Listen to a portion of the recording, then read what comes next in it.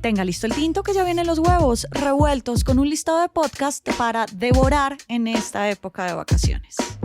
Desde la redacción de La Silla Vacía soy Tatiana Duque. Es lunes 22 de diciembre.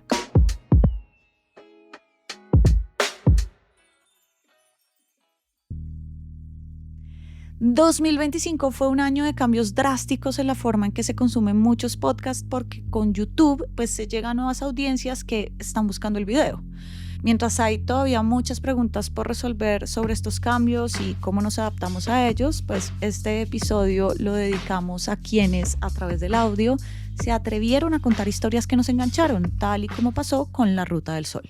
La noticia de 2 muertes y el hallazgo de una botella de agua envenenada sacudieron a Colombia a finales de 2018. Los fallecidos eran padre e hijo y todo sucedió en un lapso de 3 días. Fue una tragedia familiar casi inverosímil. Inmediatamente le pregunté. En 10 episodios, el equipo de Central, que es el canal de series de Radio Ambulante, narró lo que se sabe y lo que no de la muerte de Jorge Pizano, de su hijo Alejandro, y los cabos sueltos que hay 8 años después del escándalo de corrupción de Odebrecht en Colombia. Hablamos hoy de lo que nos dejan los podcasts en 2025 con David Trujillo, productor senior de Radio Ambulante y quien se echó al hombro toda esta historia. Muchas gracias por pasar por acá. No, a ustedes por invitarme. Para quienes no han escuchado La Ruta del Sol, este es un podcast que cuenta el escándalo de Odebrecht en Colombia, tomando como referencia la muerte de Jorge Pizano en 2018. Él era el auditor de la obra que estaba haciendo Corfi Colombiana con Odebrecht y él es uno de los que descubre indicios de lo que se vuelve después una trama de corrupción casi que internacional.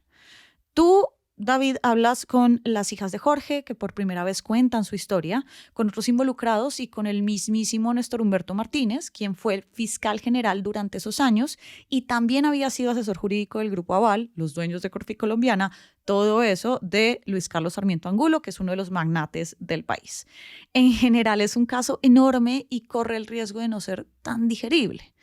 ¿Qué sensaciones te dejó reconstruir todo este proceso y lo que sucedió con Jorge Pizano, con su familia? Creo que sí, lo que tú dices es muy confuso, es un caso muy enredado, muy extraño. Desde el primer momento lo fue. Y creo que por eso también era tan difícil contarlo en ese momento, porque no todas las personas involucradas querían hablar en ese momento, no todo estaba tan claro, aunque aún muchas cosas no están tan claras en ese momento menos.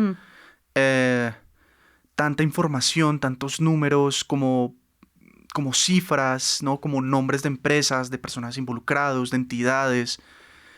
Hace mucho más difícil este caso. Y para contarlo también es muy difícil como ordenar toda esa cantidad de información. No solo para un público colombiano, sino también para un público latinoamericano, que es al que le apuntamos en Radio Ambulante. Pero creo que sí hay unas cosas en común, ¿no? Está clara, hay una tragedia, sí. Hay corrupción, hay manipulación de evidencia, probablemente, y una muy buena historia, que eso creo que engancha a todos en Latinoamérica. De acuerdo. Ahora, la historia del podcast pues tiene un episodio final que para cuando salga esto al aire pues ya habrá salido, pero es muy loco que la historia de Odebrecht en Colombia no tenga un final todavía, que te deja, digamos, la reportería que hiciste y todo el estado de cosas que hay sobre este caso que pues digamos en otros países tumbó presidentes y aquí hay impunidad.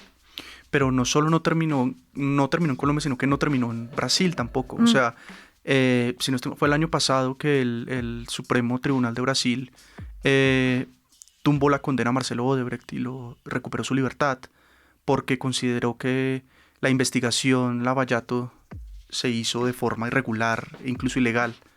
Entonces como toda esa investigación que fue tan famosa en ese momento, todo ese escándalo gigantesco, pues sí tuvo denuncias de irregularidades y de prácticas ilegales. Sí. Entonces eso sigue siendo muy confuso, sigue generando muchas dudas, muchas preguntas, y la sensación es esa, es como ni en Colombia, ni en Brasil, en Estados Unidos ese acuerdo ahí al que llegaron, pero pues tampoco se resolvió mucho. Nada, no. Tenemos información de lo que pasó, sí, de algunas cosas, sobre todo de algunos países que se investigaron, Perú, Brasil, Estados Unidos, pero hay otros grandes huecos que quizás nunca veremos de saber. Sí, de acuerdo. Usualmente para estas historias de true crime, como has dicho en varias ocasiones, en otras entrevistas, que es el caso de Jorge Pizano, pues se busca como un villano, ¿no? Villano entre comillas. Y en este caso, mi impresión es que Néstor Humberto Martínez, el exfiscal general, era como, entre comillas, ese villano para una historia, sin que sea, legalmente toca decir esto, sin que sea culpable de absolutamente nada. Pero era esa también la intención de no sé si de mostrarlo como un villano, pero sí como de caracterizar que había alguien que estaba buscando justicia y había otra persona que tenía mucho poder, y ese poder podía ser difícil de acomodar con esa intención de justicia. Pues no fue una decisión que nosotros tomamos, realmente son los personajes los que dicen y hablan y cuentan esto que está pasando, que son unos hechos que están ahí puestos. Sí. Claro, Néstor Humberto es la figura que representa eso, pero no solo él, la institución también que representaba, el Estado que representaba. Incluso las hijas dicen, o sea, ellas no señalan a Néstor Humberto como culpable de la muerte de su papá. De acuerdo. Ni a Luis Carlos Sarmiento tampoco lo señalan como el culpable de la muerte de su papá. Lo que ellas dicen es que se portaron mal, tuvieron unas malas... sí, se portaron mal desde muchos ámbitos, y por eso es que ellas cuentan todo lo que están contando.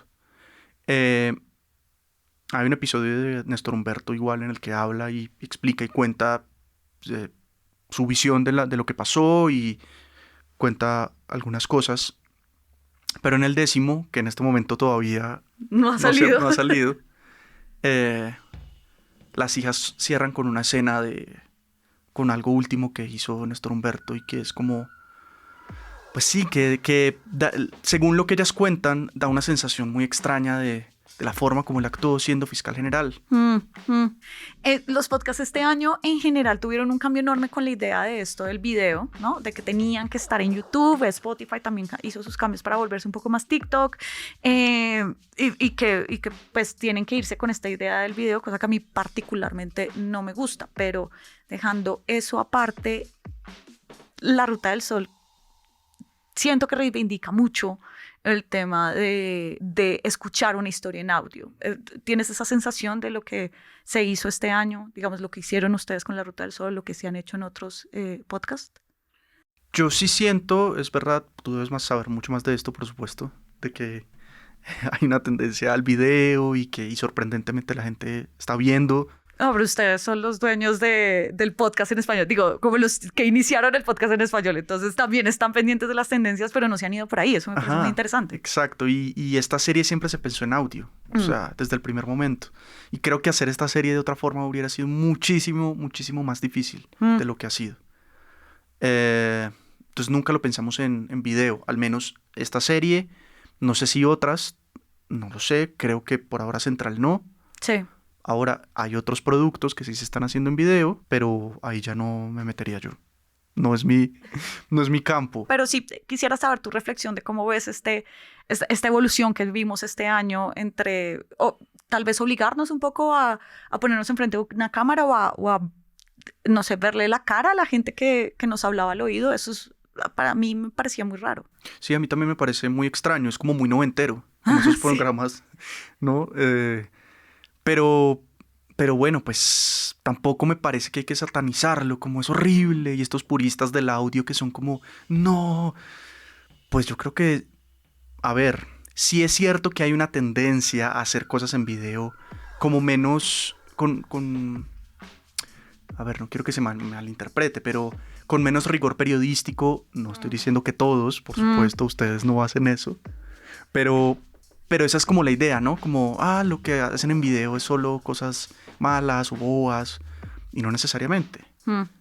¿Qué tal si conversan ambos puristas del audio y los que hacen video y hacen algo diferente y lindo y chévere? Y quizás se pueden hacer cosas muy buenas que ya se están haciendo igual. Creo que no hay conversación. Creo que no hay como interacción entre esos mundos. Además de La Ruta del Sol, que claramente por hacer este episodio, obviamente estamos recomendando que la gente pueda escuchar en sus tiempos libres. ¿Qué otros podcasts has escuchado este año que reivindiquen justamente eso de escuchar buenas historias? Es muy difícil, pero se llamaba Como Yo, que es esta serie española de Isabel Cadenas, de Eso No Se Habla. Buenísima. Pues eso, ¿no? ¿A qué teníamos miedo? ¿A qué tenías miedo? Pues no lo sé. A que se hablara. No se podía hablar. Yo ahora le diré a mi madre, ¿de qué no podíamos hablar? Disidencias por dentro me gustó mucho, que aunque es del año pasado, Sí. yo ya lo había recomendado el año pasado, y yo sabía que lo iban a premiar. O sea, lo sabía, lo Sí. sospeché. No lo sabía. Esta es la historia de los que nunca dejaron las armas, de los que se sintieron traicionados y decidieron quedarse en la guerra. Me gustó mucho. Hay otro muy chévere que es mexicano, que es narrativo. Yo generalmente escucho muchos podcasts narrativos, que se llama Delirios Crónicos, de Ibero 90.9, que son historias narrativas muy chéveres.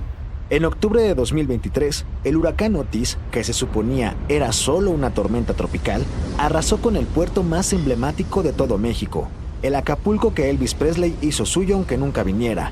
El de Howard Otro Hughes, mexicano que se llama Pampa al Susto, Sí. que es de ciencia, de historias narrativas también sobre ciencia, que me parece muy bueno. Pero hay un tema aún más invisible, su sexualidad. La posibilidad de tener una vida sexual plena, de tener sexo, masturbarse o sentir un orgasmo, se complica bastante cuando el cuerpo pierde capacidad de moverse, pero también cuando la sociedad pierde la capacidad de reconocer que todos y todas tenemos derecho a coger. Lo Soy último que Alida Rueda. me quedaría por preguntarte es si va a haber una segunda temporada de La Ruta del Sol. No lo sé. No lo sé. Depende de lo que suceda. Pero en este momento no. Otra temporada central, seguro. Sin seguro, duda. seguro. David, muchas gracias por pasar No, por a acá. ustedes. Muchas gracias. Todos estos podcasts se los dejamos en la descripción para que los revise. Y por acá cada mañana estará servido su desayuno político favorito de vacaciones. Mañana vamos a hablar de las películas del año. Juana Rubio Tovar y Fernando Cruz produjeron este episodio. Yo soy Tatiana Duque y nos escuchamos mañana.